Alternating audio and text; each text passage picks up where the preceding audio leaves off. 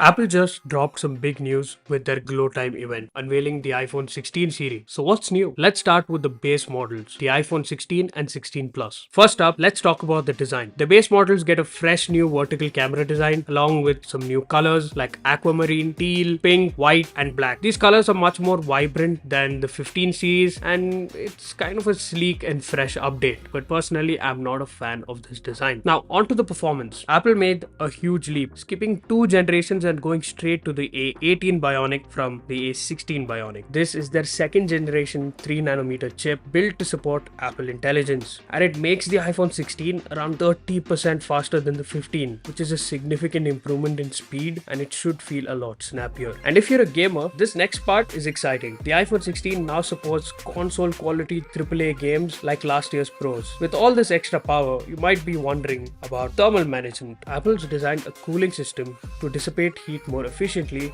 addressing the overheating issues that popped up with the 15 series. Now let's talk cameras. The ultra-wide lens on the 16 has been improved with a smaller 2.2 aperture which allows to capture more light. This means better low light photos, and yes, macro photography and videos are finally possible on the base models.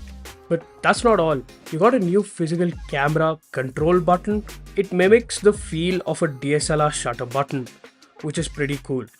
You can swipe to switch lenses and tap lightly to change different camera settings, making photography feel more intuitive. Next, battery life. Apple has equipped the iPhone 16 with bigger batteries, giving you more juice throughout the day. You get up to 2 hours more on the base 16 and up to 1 hour more on the 15 Plus. The action button is finally here. It's no longer exclusive to the Pro models, and now you can get it on the base 16 and 16 Plus as well.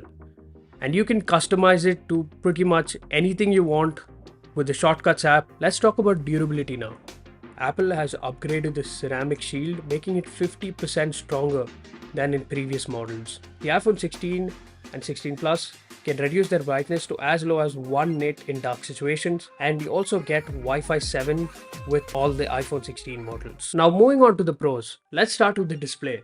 The 16 Pro and 16 Pro Max now feature much bigger screens, measuring up to 6.3 and 6.9 inches respectively. If you love a bigger display for content or gaming, these will definitely catch your eye. Next up is battery life and performance. Apple claims up to 4 hours of battery life compared to last year's Pro models. And powering it all is the A18 Pro, which has a much faster GPU, which boasts up to 2x the ray tracing performance of last year's 15 Pro models. For creators or anyone who records audio, the Pros now feature 4 studio quality mics, and this is paired with a new feature called Audio Mix, which uses machine learning to separate background noise from your voice, giving you cleaner recordings. Let's talk cameras again. The ultra-wide lens on the Pro models has been upgraded to a 48 megapixel camera, making your ultra-wide shots even more detailed. The main camera also gets an upgrade, letting you shoot at 4K 120 FPS. Now that's going to give you some seriously cinematic slow motion footage. There's something surprising this year. The 16 Pro and 16 Pro Max are both 15,000 cheaper than last year's Pros.